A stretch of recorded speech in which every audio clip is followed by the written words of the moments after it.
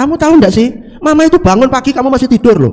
Dan mama sudah ngepel, sudah ngeliwat, sudah macam-macam. Kamu itu enggak bantu mama. Loh kok malah marah-marah lah, ya wis mestinya toh. Sudah semestinya kan.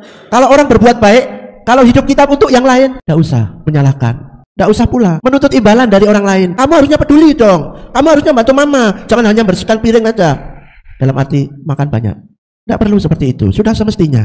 Kalau kita berbuat bagi orang lain, bahkan orang lain tidak tahu terima kasih, sudah semestinya. Semoga hidup kita menjadi indah karena itu. Ketika kita hanya menuntut diri kita, hidup ini justru semakin membuat kita panik. Panik karena orang lain tidak ngerti siapa saya. Orang tidak terima kasih. Sudah ditolong tapi tidak tahu dan sebagainya. Kok kasihan sekali. Hidup sekali kok panik. Mari kita hidup seperti Kristus. Meskipun diejek, dihina, dicemooh, dituduh, tidak panik. Bahkan nanti ketika diadili, dihukum mati, mboten panik. Semoga kita juga memiliki ketenangan karena kualitas batin. Selamat pagi, berkat dalam. Saudariku, minggu Prapaskah yang pertama kita akan mendengarkan kisah Yesus yang berpuasa di padang gurun selama 40 hari. Kita belajar dari ketaatan Yesus. Kita belajar dari kepedulian Yesus untuk mewartakan kerajaan Allah, hadir untuk yang lain, untuk keselamatan umat manusia. Tentu semuanya itu karena kedekatan dengan Allah sendiri. Maka mari kita juga membangun kedekatan dengan Allah dalam masa tobat ini. Kaki saya ini kambuh lagi, jadi maaf, nggak kuat lama berdiri. Saudara, ibu bapak, anak-anakku terkasih, dalam Injil tadi Yesus berpuasa. Untuk apa toh Yesus kok berpuasa? Pernahkah Anda berpikir dan merenungkan? Ngopo Gusti kok sesiam puasa? Untuk apa Yesus berpuasa? Apakah untuk kesucian dirinya? Wong ya wis suci toh. Kurang suci apa Tuhan Yesus? Apakah mengikuti tradisi Yahudi agar menjadi hidup suci? Atau mengikuti kalau sekarang itu tradisi Islam itu untuk kemenangan, hari kemenangan, kembali ke fitrah? Apa ingin meraih kemenangan itu Yesus? Apakah ingin kembali hidup yang fitrah, yang suci, yang bersih? Isih kurang opo fitrah Gusti. Jadi bukan karena tradisi, juga bukan karena ingin sesuatu yang diraih, kesucian. Dan puasanya pun di padang gurun, tidak di rumah. Kalau Anda kan di rumah besok lali, pantang daging makan abon. Yesus di padang gurun dan 40 hari. Tidak cuma Rabu Abu dan Jumat Agung atau setiap Jumat dalam masa Prapaskah seperti kita. Dan 40 hari di padang gurun. Ini bukan asal-asalan.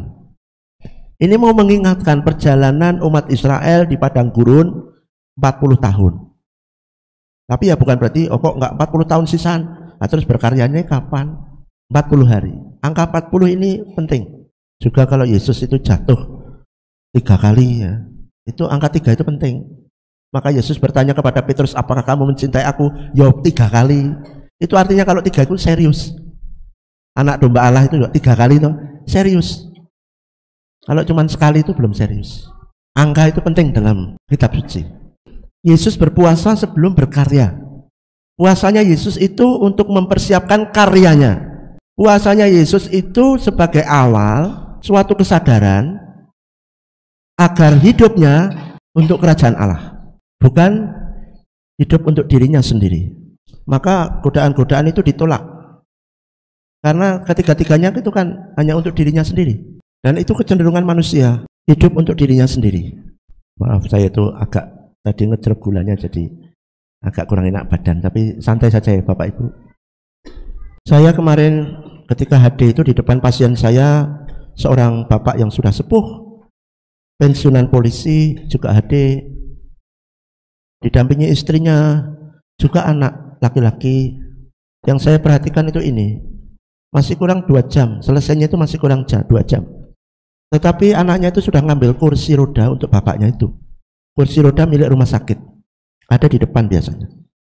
Lalu saya teringat ketika saya maupun juga ada beberapa pasien lain itu kerap kali bingung mencari kursi roda. Apalagi ketika sesek lalu harus segera ditangani oleh medis, tapi harus cari kursi roda sampai ke depan, kok IGD nggak ada, ke sana nggak ada.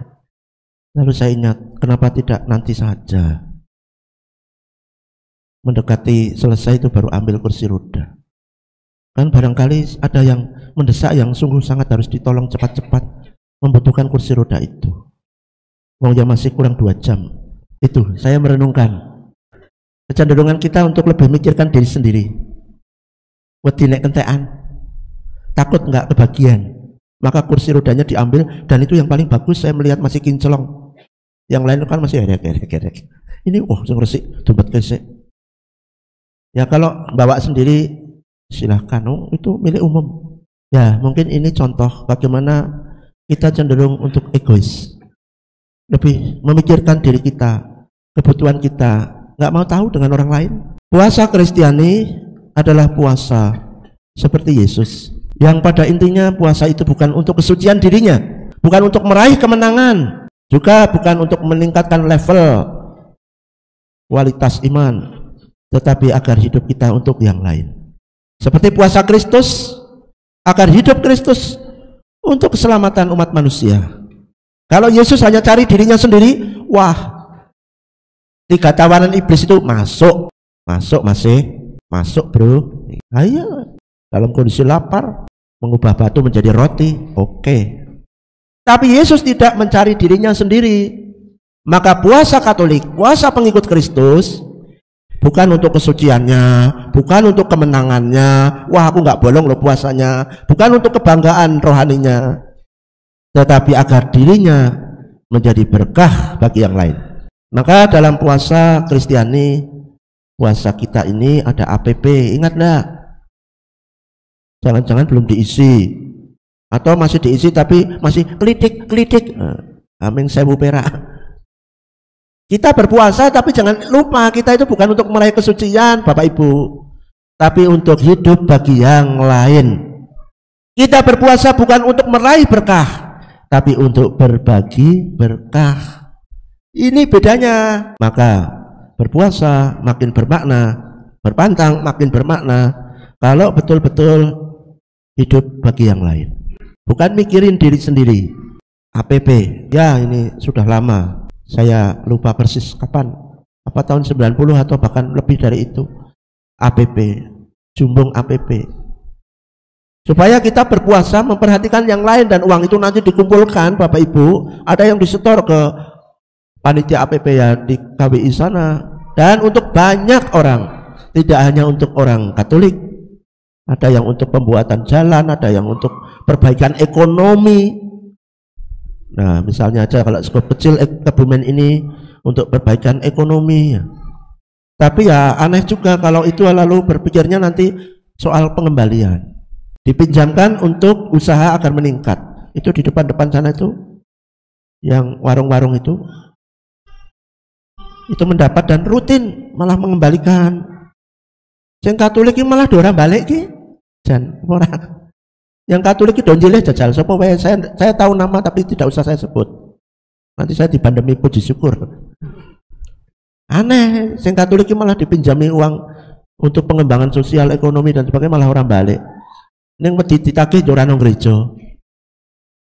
Yang di depan itu tuh pada rutin. Tapi lebih dari itu bukan soal balik uangnya atau tidak. Tetapi mari kita dalam puasa ini juga memperhatikan ekonomi orang lain yang mungkin sedang bukan hanya jongkok tapi sedang terkapar, lagi jelungup. Kalau jongkok masih mending lah, stabil. Tapi kalau jelungup ini loh, nyungsep. Nah itulah, puasa kita juga perhatian kepada sesama, meningkatkan ekonomi orang lain tanpa kita harus tahu. Tanpa kita harus, dia yang saya bantu, kan dikumpulkan bersama kan nggak ngerti. Nah disitulah makna puasa bagi pengikut Kristus. Maka jangan dilupakan jumbung APP, jangan dilupakan karya amal kasih. Puasa yang sesungguhnya seperti Kristus, dia hidup bagi yang lain, dia mempersiapkan hidup untuk keselamatan umat manusia, bukan untuk dirinya sendiri. Dan sungguh apa yang terjadi, Yesus mewartakan kerajaan Allah, yang lumpuh bisa berjalan, yang buta bisa melihat, yang kusta dibersihkan, disembuhkan. Hidup Yesus untuk yang lain. Semoga kesadaran ini juga menjadi orientasi bagi puasa kita, dan semakin kecilkan volume ego kita, hanya mementingkan diri kita, semakin dikecilkan. Jangan malah dibesarkan. Kamu tahu enggak sih, mama itu bangun pagi kamu masih tidur loh. Dan mama sudah ngepel, sudah ngeliwat, sudah macam-macam. Kamu itu enggak bantu mama. Loh kok malah marah-marah lah? Ya wis sak mestine toh. Sudah semestinya kan? Kalau orang berbuat baik, kalau hidup kita untuk yang lain, enggak usah menyalahkan.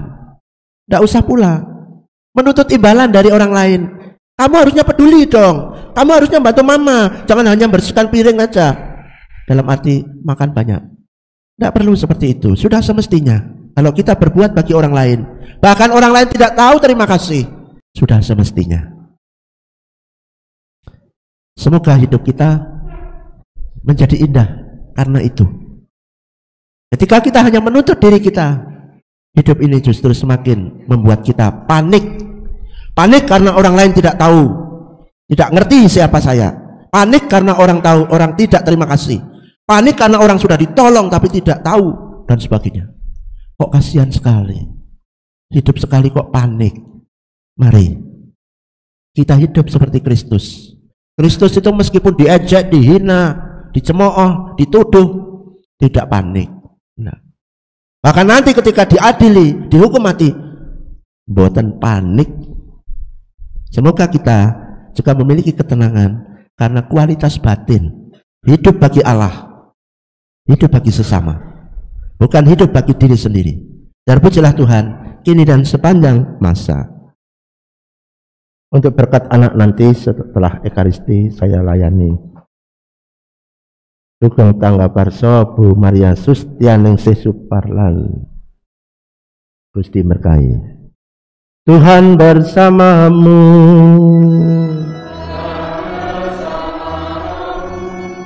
Kita senantiasa dilindungi, dibimbing, dan diberkati Allah yang Maha Kuasa, Bapa, Putra, dan Roh Kudus. Bisa sudah selesai, muliakanlah Tuhan dalam hidupmu. Syukur kepada Allah.